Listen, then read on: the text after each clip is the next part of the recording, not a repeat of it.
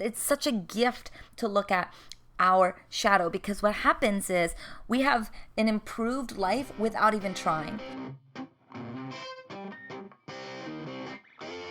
Hey everyone, I'm Thais Sky. Welcome to Reclaim, a podcast for women by women on conversations that matter. Hello everybody. Thais Sky here. Welcome to Reclaim the podcast. I'm not used to coming to you on Wednesday mornings. Usually I drop one episode a week on Tuesday morning, yet here I am. Happy Wednesday. I'm here for part 2 of the Reclaiming Worth series. If you didn't catch part 1, I highly recommend you pausing this and going and listening to that first. What I'm doing is a 5-part series on exploring worthiness. This is something that I've devoted my career to in understanding worthiness, and particularly understanding what I call the worthiness wound, or the ways that we feel inadequate and not enough, and how we can begin to tend to and heal that wound so that we can rise up in our most self-expressed way, so we can get out of our own way, honestly, so that we can truly rise up. So I'm doing this 5-part series as a celebration, a form of celebration, a way to share with you things that I've been thinking about as I launch my group program, Worthy Women Rise. If what you're listening to in this series tickles your fancy, we're only going to go deeper in my Worthy Women Rise group program. Worthy Women Rise is a 4-month, it's my signature program online, where we explore what it looks like to truly get out of our own way, what it looks like to come home to ourselves, what it looks like to really tend to our shadow, so that we can start to unlock the patterns and behaviors that have been keeping us stuck for a very, very, very long time. So you can learn more about the program at worthywomenrise.com. But here, right now, today, what we're going to be talking about is tending to the wound. We're going to be talking about shadow work. We're going to be talking about the worthiness wound. We're going to be talking about how we can start to look at our worthiness wound that's slightly different than what I think most of us are taught about our wounds. And I'm going to leave with you with something, a tool, something that you can start to munch on and use in your exploration of your shadow work. Okay? So first and foremost, I think it's important that we begin by talking about what is a wound. What is shadow work? What is the stuff that you're talking about, Thais? So I like to use the word wound to refer to an emotional pain body. So the reason why I like the word wound, honestly, is because it, to me, brings up the concept of a physical wound, right? And a physical wound, let's say that you have a big gash on your leg. The first thing that we need to do is tend to it. We need to look at it. We need to clean it up. We need to suture it. We need to make sure that we're elevating it and compressing it and bringing energy into that space, because if we don't, we're going to lose blood and die, or we're going to have to chop off our leg because of an infection, right? But when it comes to like psychological wounds, deep trauma, and moments of debilitating experiences that we've had in our childhood, when we talk about those wounds, the general perception is just ignore it, like tuck it away. Don't look at it, because if you look at it, you make it real. And if you make it real, that's too scary. Like, we don't have tools to navigate that. And I'm not going to lie, we don't. As a society, we're not taught how to be healthy emotional beings. We're taught how to center our logic. We're taught the very masculine approach of upholding the intellect at the expense of our body and at the expense of our emotions. And so I'm going to go through a whole thing on emotions on a different, I think it's going to be next week or tomorrow. Part 3? I don't know, maybe part 3 or part 4. I'm going to explore emotions with you, because I have a lot of feelings of how we can begin to look at our emotions in a different way. But the wound, when I talk about wounds, particularly the worthiness wound, it is an emotional wound. Okay, so it's a place within our hearts where a deep gash happened. And for most of us, because we don't have the tools for how to navigate it, we just ignored it. And now we've allowed it to fester for way too long. And if you're anything like me, you're tired of the bullshit. You're tired of your own bullshit. You're tired of getting in your way. You're tired of having the same patterns play out over and over and over again. And you're like, oh my God, something needs to change. And when we go into the self-development, self-help world, the first thing that we think of is, okay, we're going to change our mindset. We're going to start positive thinking. And this was actually a really important step for me to take, this idea of positive thinking, because it means, wait. I have the ability to choose if I'm going to focus on these really shitty thoughts or if I'm going to like infuse in some more positive thoughts into my life. This idea of choice was a big deal for me back in the day. And so deciding that I get to insert more positivity in my life if that's what I want, rather than being a helpless victim to negativity, was a really critical step. But we can't stop there, because the problem with positive thinking is that it usually comes at the expense of our wholeness. And this is something that I talk about constantly in the self-development world, is that our feelings of not enoughness is not a mindset issue. Replacing one thought with another doesn't do much if the issue is stemming from the unconscious, if the issue is coming from a deep emotional wound. Forget that everything we think has an underlying message for us. Just think positive, you are enough is not really effective. It's not an effective strategy for shadow work. It's an effective strategy, like the way I like to think about it is like if you're running a marathon, when you're prepping for the marathon, that's when you really need to focus on like the deeper issues, like the structural issues of your body and how your body is running. You need to look at your resilience and if you're even capable of having that type of endurance and developing that, right? You have to look at the deeper stuff. But when you are at the race line and it's time to go off and you're running that race, the thing that needs to be at the core of that work is mindset. It's one step at a time. And so there's a time and a place for positive thinking. It's just not the whole picture. But we're drawn to positive thinking because it gives us this illusion of control. It's like a desperate attempt for us to avoid the inevitable pains of life. And so we think, oh, if I just have a few focused thoughts, then I'll always be happy. And if I can change every loss into a win, then I will be great. But what I've seen again and again is that forcing ourselves to be positive and to only focus on the positive and to be good vibes only is actually counterproductive to our resilience. You know, I heard a tragic story once from a friend about a father who was dying of cancer. And even though he had life insurance for many years, he got it into his head that having life insurance meant he didn't have faith. You know, he believed that your thoughts create your reality. And so somehow by having this life insurance, it meant that he was participating in negative thinking and wouldn't be able to heal himself. So literally a few months before he died, and knowing that he was going to die, he canceled his life insurance policy. He ended up passing away, and he left his family a huge amount of debt and despair.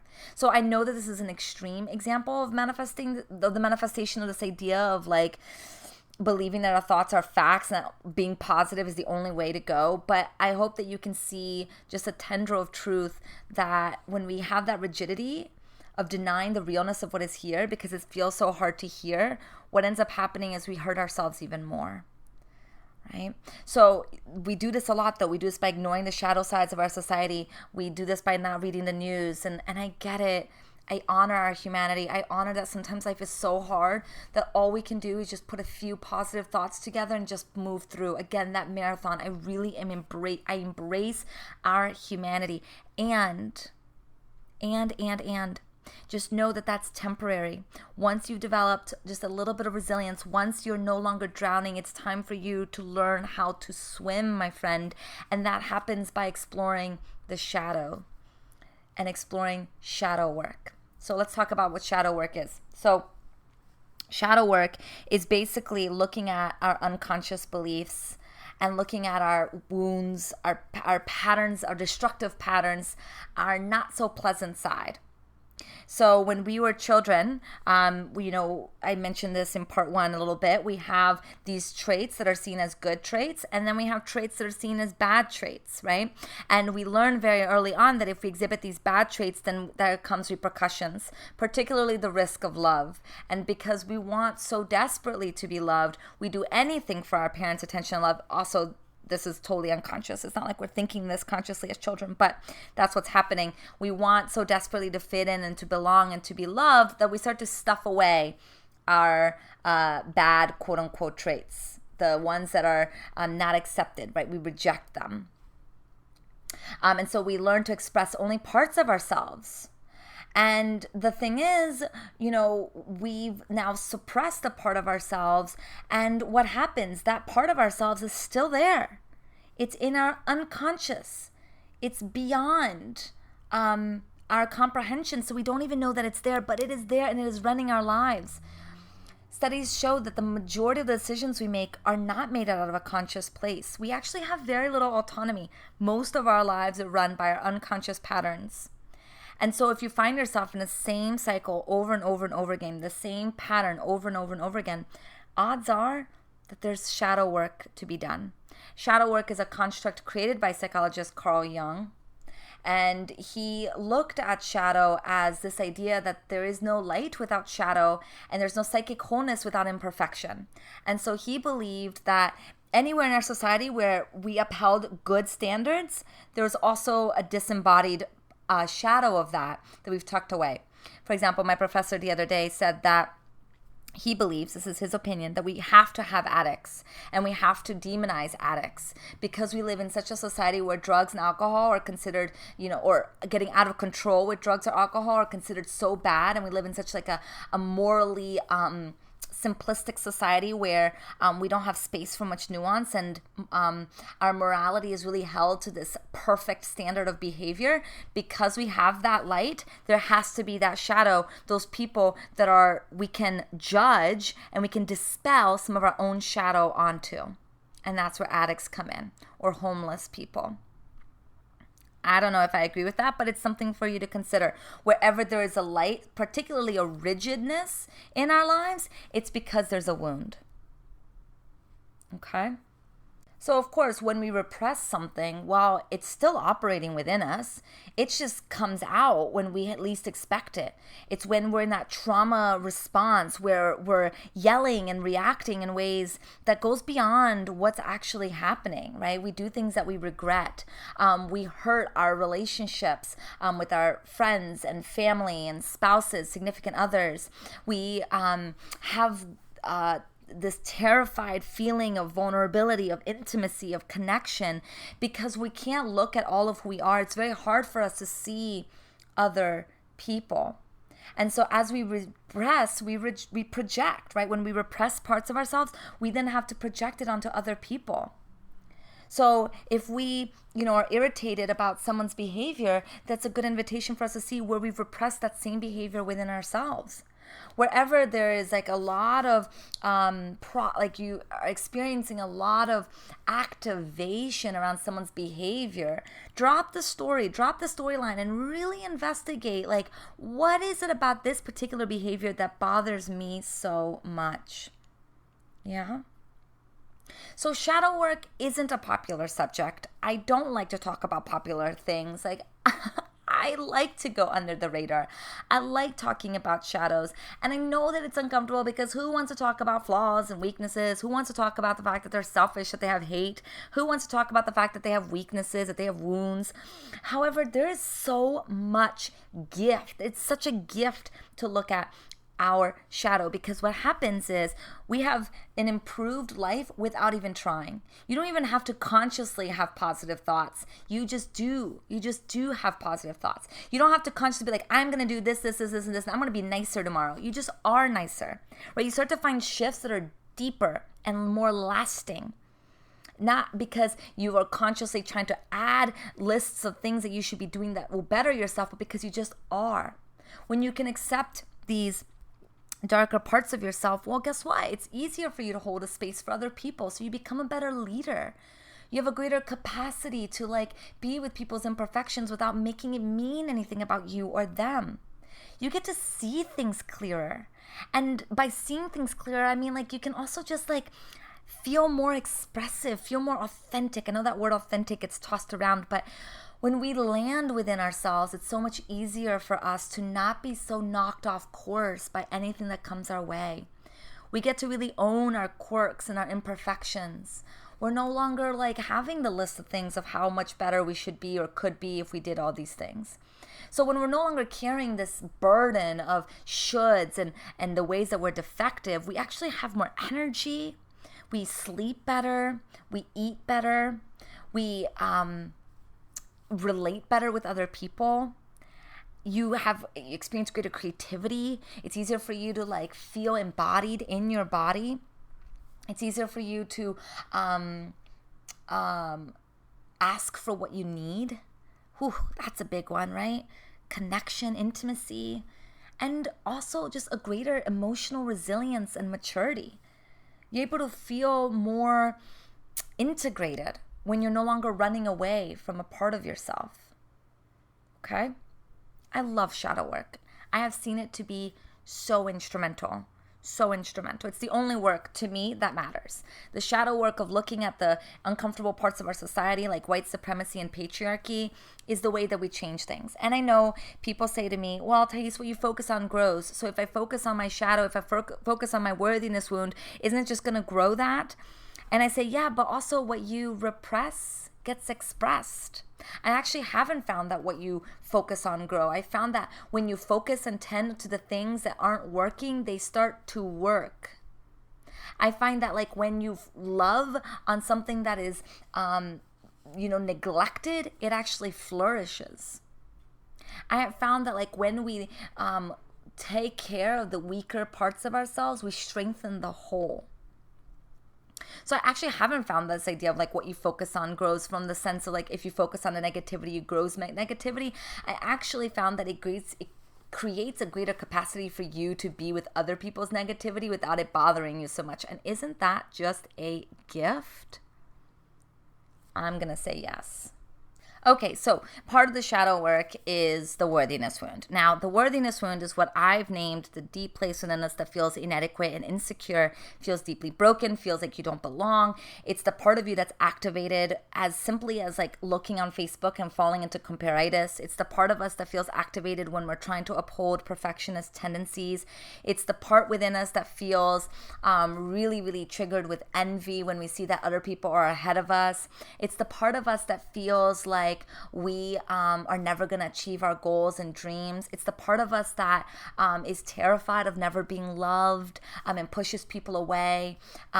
It's the part of us that really is needing validation and love. And so we look to get that validation and love in all the wrong places, like through material things, through words of affirmations of other people, through success, in the external world. And the worthiness wound is an emotional wound. And therefore, the only way that we can really heal the emotional wound is by understanding emotions, by coming into our body, by accessing more of this feminine energy of like, what does it mean to really be in our totality, right? Because I think most of us has a very strong masculine sense. We know what it looks like to be the doer in the world. What does it look like to step into a greater sense of receiving and surrendering and flow? I know that I'm talking binary here, but I'm more seeing it as a spectrum. And like we want to be owning the fullness of the spectrum of our human capacity. And I think right now, because we live in such a patriarchal masculine world, we've really honed in that masculine spectrum. And I'm really interested in honing in our feminine spectrum. I believe that this is the key to tending to our worthiness wound. So based on my research, I find that the worthiness wound stems from a combination of three really potent forces. So at the most foundational level, it's the influence of our overarching patriarchal mindset and what that does to us, right? The misogyny of our culture really teaches us that there's something wrong with women while we're still in our mother's womb. And you can imagine how that may impact us at a very early age. The baseline assumption is that women are a problem, and that assumption unintentionally creates a lens that we're now unconsciously assessing our life through. From this paradigm, nothing that we do will be enough because we don't belong here. And so this potent force of our systemic oppression really makes a difference in the way that we navigate the world. And the more marginalized identities we have, the greater our worthiness wound is, because the further we are from fitting into what society decides that is acceptable for us, right? We talked about this in part 1 yesterday of the myth of the ideal woman. So the more that we fall short from the myth of the ideal woman, particularly if you don't prescribe to what a woman should look like, particularly if you your sexual orientation is more fluid than just the heterosexual relationship, particularly if the color of your skin is not white, there is a lot more forces moving against you that tells you that you're a problem. So we're practically born feeling unworthy and broken. The world was not created for us. And that potent force really needs to be examined. We need to be looking at the ways that we've internalized systemic oppression, because we all have. I know that for me particularly, there are so many ways that I've internalized that my body doesn't belong to me. It belongs to other people, and it needs to look a certain way, and I need to do my hair and my makeup a certain way in order for me to be accepted. There's so many ways that I've internalized our misogynistic culture. And because we've all been institutionalized through our education system and through our parents' indoctrination, many of them didn't know better and they've been indoctrinated by our system.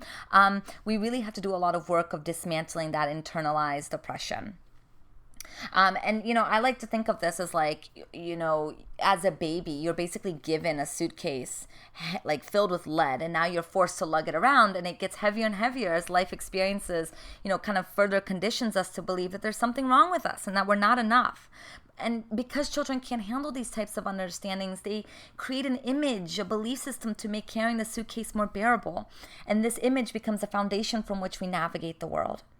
And so the worthiness wound is not our fault. It's not our fault. We're not to blame because we feel defective or broken. We've been literally conditioned to do the exact opposite of everything we need to do to be self-actualized, to be confident.